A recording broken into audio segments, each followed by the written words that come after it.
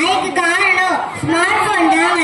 காலையில எழுந்தோடனே பல் தேய்க்கமோ இல்லையோ ஸ்மார்ட் போன் தேய்ச்சிடலாம். வாட்ஸ்அப் கண்டிப்பா செக் பண்றோம். அந்த ஸ்மார்ட் போன் நம்மள ஸ்மார்ட் ஆக்கியிருக்கா இல்ல சோம்பேறி ஆக்கியிருக்கா, இதை பத்தி தாங்க பேச போறோம். இரு அணியும் தயாராக இருக்காங்க. முதலில் வரவே என பேச தன்சிகா அவர்களை அழைக்கிறேன். விழாவினை காண வந்திருப்பவர்களுக்கும் பட்டிமன்ற நண்பர்களுக்கும் என் அணியினருக்கும் எதிர் அணியினருக்கும் வணக்கத்தை கூறிக்கொண்டு என் வாதத்தை ஆரம்பிப்பதிலே மகிழ்ச்சி அடைகிறேன். ஸ்மார்ட் போன் இல்லாம வாழ்க்கை இழங்குற அளவுக்கு நம்ம வாழ்க்கையில அது முக்கிய பங்கு பெறுது. குழந்தைக்கு அம்மா சோறு ஊட்டினா வாயை திறக்கிறதே இல்லை. அதுக்கு உங்க படுற பாடு இருக்கு அப்பப்பா சொல்லவே முடியாது. ஆனா ஸ்மார்ட் போனை கையில கொடுங்க, தானா வாயை திறப்பாங்க. பிடிச்ச சாப்பாடா பிடிக்காத சாப்பாடா என்ன டேஸ்ட்னு கூட பாக்குறது இல்ல. என்ன கொடுத்தாலும் எவ்வளவு கொடுத்தாலும் சாப்பிடுவாங்க. அம்மாவுக்கு சமைக்கும் நேரம் இல்லைன்னா ஸ்விக்கிலயோ சொமேட்டோவிலோ ஆர்டர் பண்ணிக்கலாம். சாப்பாடு தானா வீட்டுக்கு வரும். காய்கறி மளிகை சாமான் புது ட்ரெஸ் எது வேணும்னாலும் வீட்டுல இருந்தே ஆர்டர் பண்ணிக்கலாம். நேரமும் மிச்சம் பணமும் மிச்சம். இப்படி வாழ்க்கையில எல்லாத்தையும் மிச்சமாக்கிய போன எப்படின்னு சாப்பிடும்னு சொல்ல முடியும் நடுவர் அவர்களே. நீங்க சொல்றது சரிதான். இந்த காலத்துல எல்லா பெண்களும் வேலைக்கு போறாங்க. பிள்ளைகளை கவனிக்கவும் நேரம் இல்ல, சமையல் சமைக்கவும் நேரம் இல்ல. அந்த நேரத்துல பெண்களுக்கு உதவியா இருப்பது ஸ்மார்ட் போன் மட்டும் தாங்க. எல்லாரும் கேட்டீங்களா? நடுவரே வரந்தா சொல்லிட்டாரு. அப்ப தீர்ப்பு எங்க பக்கம்னா தீர்ப்பு சொல்ல நிறைய பேர் பேசிட்டு இருக்கோம். இப்ப எப்படிமா தீர்ப்பு சொல்ல முடியும்? எல்லாம் ஒன்றுதான் நடுவர் அவர்களே. மாணவர்கள் படிக்கிறதுக்கு கூட பணம் தேவையா? அதுவும் ஸ்மார்ட் போன் யூஸ் பண்ணி படிக்கிறாங்க. இந்த ஆப்பை கொண்டு வந்ததே கவர்மெண்ட் தான். உங்களுக்கு தெரியுமா நடுவர் அவர்களே? ஆமாமா, மறக்கணி ஆப்ல கவர்மெண்ட் 1ல இருந்து 12ஆம் வரை உள்ள பாடங்களை ஈஸியா புரியுற மாதிரி பாடல் வீடியோஸ் ரெடி பண்ணி வச்சிருக்காங்க. மாணவர்கள் அதை தாராளமாக பயன்படுத்தலாம். ஏன்னா இடையில ஒரு விளம்பரமும் வரதில்ல. இப்ப புரியுற நடுவர் அவர்களே, கவர்மெண்டே ஸ்மார்ட் போன் யூஸ் பண்ணுங்கன்னு சொல்லுது. இதை எதிர்த்து எதிரணியில இருக்கிறவங்க என்ன பேச போறாங்கன்னு தெரியல. ஸ்மார்ட் போன் நமக்கு கிடைத்த வரமே என கூறிக்கொண்டு நல்லதோ தீர்ப்பை வழங்குமாறு நடுவர் அவர்களை கேட்டு விடைபெறுகிறேன். நன்றி, வணக்கம். வரமே என்ற அணியில் உள்ள தன்சிகா அவங்க ஸ்மார்ட் போன் நம்மளோட வேலையை எவ்வளவு எளிதாக்கிட்டு அழகா சொன்னாங்க. என்னைக்காக வீட்டுல ஸ்மார்ட் போனை மறந்து வச்சுட்டு போயிட்டீங்கன்னா எதையோ பறி கொடுத்த மாதிரி இருப்பாங்க. வாழ்க்கையில ஸ்மார்ட் போன் அவ்வளவு முக்கியமா இருக்கு. ஸ்மார்ட் போன் வரமில்ல சாபமே என பேச மகாலட்சுமி அவர்களை அழைக்கிறேன்.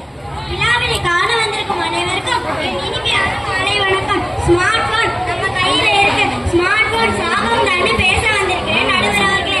ஒரு காலத்துல அம்மா அப்பா சித்தி சித்தப்பா தாத்தா பாட்டின்னு அத்தனை பேரும் கூட இருந்தாங்க. ஆனா இப்போ அவங்க நம்பர் மட்டும்தான் நம்ம கிட்ட இருக்கு. மனிதன் மூளைனா ரொம்ப சிறுசுதான். ஆனா அந்த மூளை தான் பெரிய பெரிய கண்டுபிடிப்புகளை கண்டுபிடிச்சிருக்கு. அப்படிப்பட்ட மூளையை கெடுக்கன்னு வந்ததுதான் ஸ்மார்ட் போன். போன்ல இருந்து வரக்கூடிய கதிர்வீச்சு நம்ம மூளையே பாதிக்கும்னு சொல்லுறாங்க. போன்ல இருந்து வரக்கூடிய அலை நம்ம கண்களை பாதிக்கும். இதை விட பெரிய விஷயம் என்ன தெரியுமா? ஆண்கள் இடதுபுற சட்டப்பையில போனை வைக்கிறதால ஹார்ட் அட்டாக்கே ஏற்படும்னு சொல்லுறாங்க. பிறந்த குழந்தையில இருந்து பெரியவங்க வர அதுலயே மூழ்கி கிடக்குறாங்க. போன் வந்ததுல இருந்து அன்பு, அரவணைப்பு, பண்பு, பாசம், மனித நேயம்னு எல்லாமே மறைஞ்சு போச்சு. இப்படிப்பட்ட போனை யாராவது வரம்னு சொல்லுவாங்களா? யூடியூப் பார்த்து சமைக்கிறேங்கிற பேர்ல முட்டைக்குள்ள பாலை ஊத்துறாங்க, சோத்துல முட்டையை ஊத்துறாங்க, எண்ணெயில மாவை கலக்குறாங்க. மொத்தத்துல நம்ம வயிற்றையே கலக்க வச்சிருக்காங்க. ஆஸ்பத்திரிக்கு அலைய முடியலாம். ஆமாங்க, போனை நோண்டிக்கிட்டே சோத்துல சீனியை போட்டுறாங்க, காஃபில உப்பை போட்டுறாங்க. ஸ்கூல்ல வாட்ஸ்அப்ல அனுப்புறாங்க. பிள்ளைங்க ஹோம்வொர்க் பாக்குறேங்கிற பேர்ல என்னத்தெல்லாமோ பாக்குறாங்க. பிறந்த வயசுல இருந்து போனை கையில கொடுத்து கண்ணாடி போட வச்சிருக்காங்க. கடைசியா ஒரு கவிதையை சொல்லி முடிச்சுக்கிட்டு கைபேசி பதிவு பாதையில் போனது, படிப்பு பாதையில் போனது, பணம் பறி போனது, நேரம் வீணாய் போனது, மனம் காற்றில் போனது. இவை அனைத்தும் ஸ்மார்ட் போன் வந்ததால் என கூறிக்கொண்டு பட்டிமன்ற தீர்ப்பை சரியாக வழங்குமாறு நடுவர் அவர்களை கேட்டுக்கொண்டு விடைபெறுகிறேன். நன்றி, வணக்கம். அந்த காலத்துல 40 வயசுக்கு மேலதான் கண்ணாடி போட்டாங்க. இப்ப 3 வயசுலயே கண்ணாடி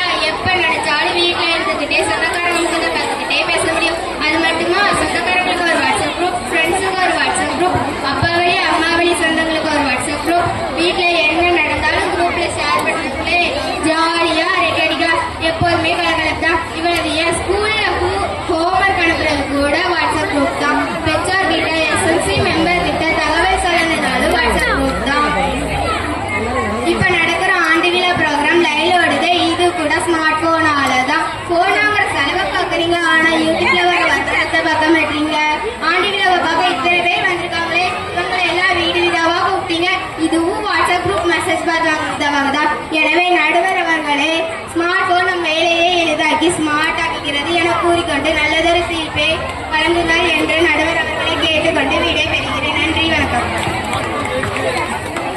ஆண்டு விழா கூட்டத்தை பார்க்கும்போது எனக்கு ரொம்ப சந்தோஷமாக இருக்கு. வீடு வீடா போய் கூப்பிடல, தானா சேர்ந்த கூட்டம். அதனால ஸ்மார்ட் போனால நன்மை தான் நடக்கும் பேசிட்டு போயிருக்காங்க. அடுத்து ஸ்மார்ட் போன் சாப்பிடும்னு பேச கங்கா அவர்களை அழைக்கிறேன். அனைவருக்கும் வணக்கம். ஸ்மார்ட் போன் என்பது நமக்கு கிடைத்த சாப்பிடும் தான் என பேச வந்துள்ளேன். நண்பர் அவர்களே, அந்த காலத்துல குழந்தைங்க சாப்பிடணும்னா அம்மா நிலா காட்டி சோறு ஊட்டுவாங்க. பகல்ல பறவை பார்த்து சோறு ஊட்டுவாங்க.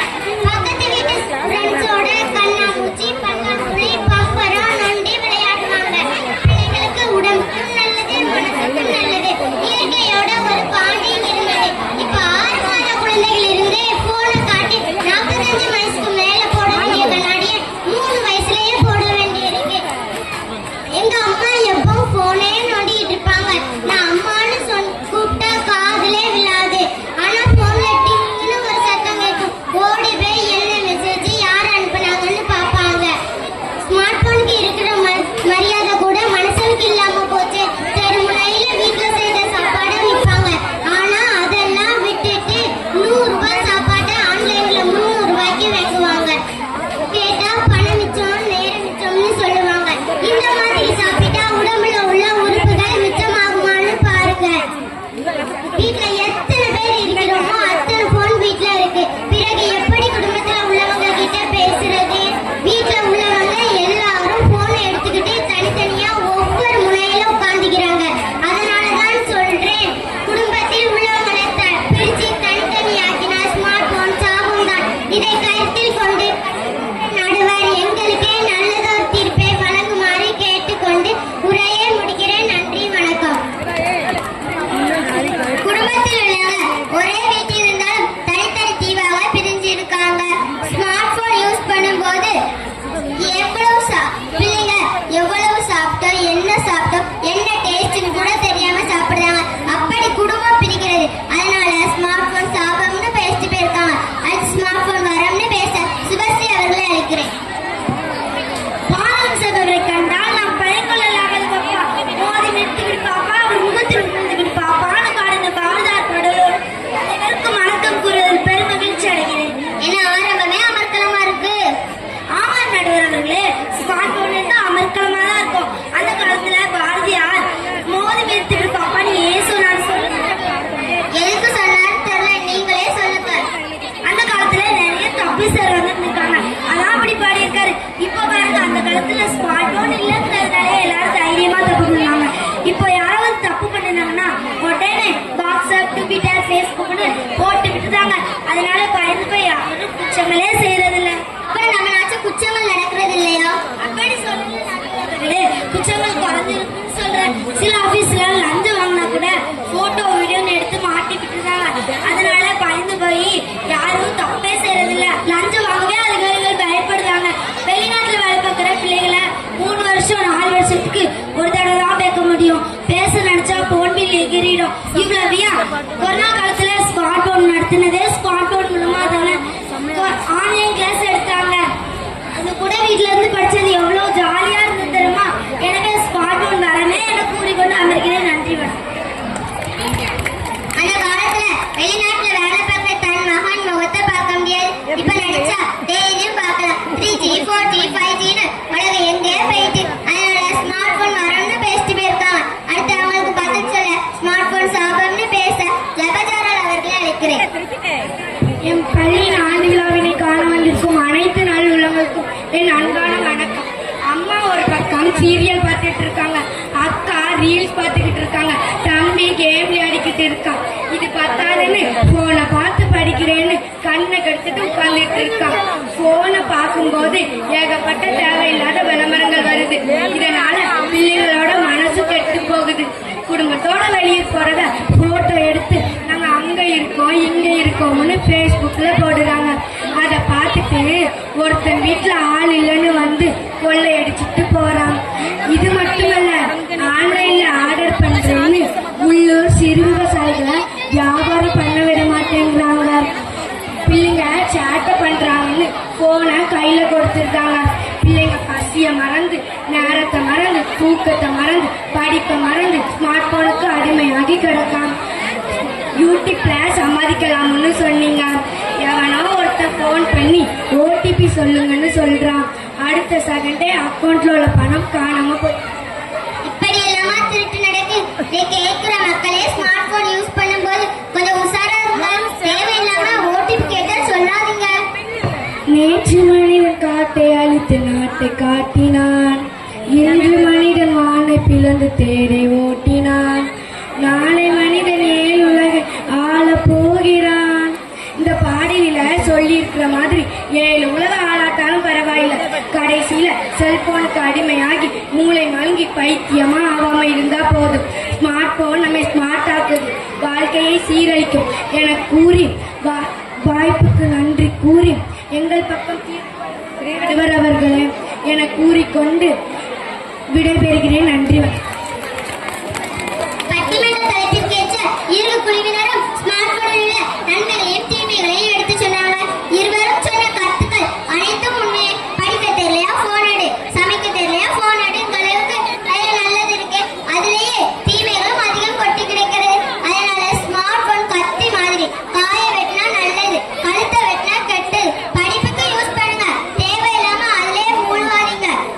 நம்ம ஸ்மார்ட் போன் நம்மள அழக்கூடாது, நாம தான் ஸ்மார்ட் போன் ஆளணும். நல்ல நல்ல புத்தகங்களை படிங்க, தேவைக்கு பயன்படுத்துங்க, மற்ற நேரம் தூர வைங்க. மாணவர்களுக்கு ஒண்ணு சொல்ல விரும்புகிறேன். அன்னப்பறவை பாலில் எவ்வளவு தண்ணி கலந்தாலும் பாலை மட்டும்தான் அருந்தும். அந்த அன்னப்பறவை போல் வாழுங்க. இவ்வளவு நேரம் அமைதி காத்து பட்டிமன்றத்தினை கண்டு கழித்தவர்களுக்கும் பட்டிமன்றத்தினை பேச அனுமதி கொடுத்த தலைமை ஆசிரியர் அவர்களுக்கும் நன்றி. எல்லாவற்றிற்கும் மேலாக நல்ல கால சூழ்நிலை உருவாக்கி கொடுத்த இறைவனுக்கு நன்றி.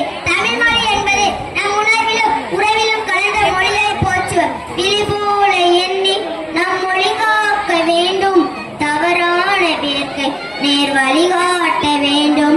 விழிபோல எண்ணி நம் மொழி காக்க வேண்டும், தவறான பேர்க்கை நேர் வழிகாட்ட வேண்டும்.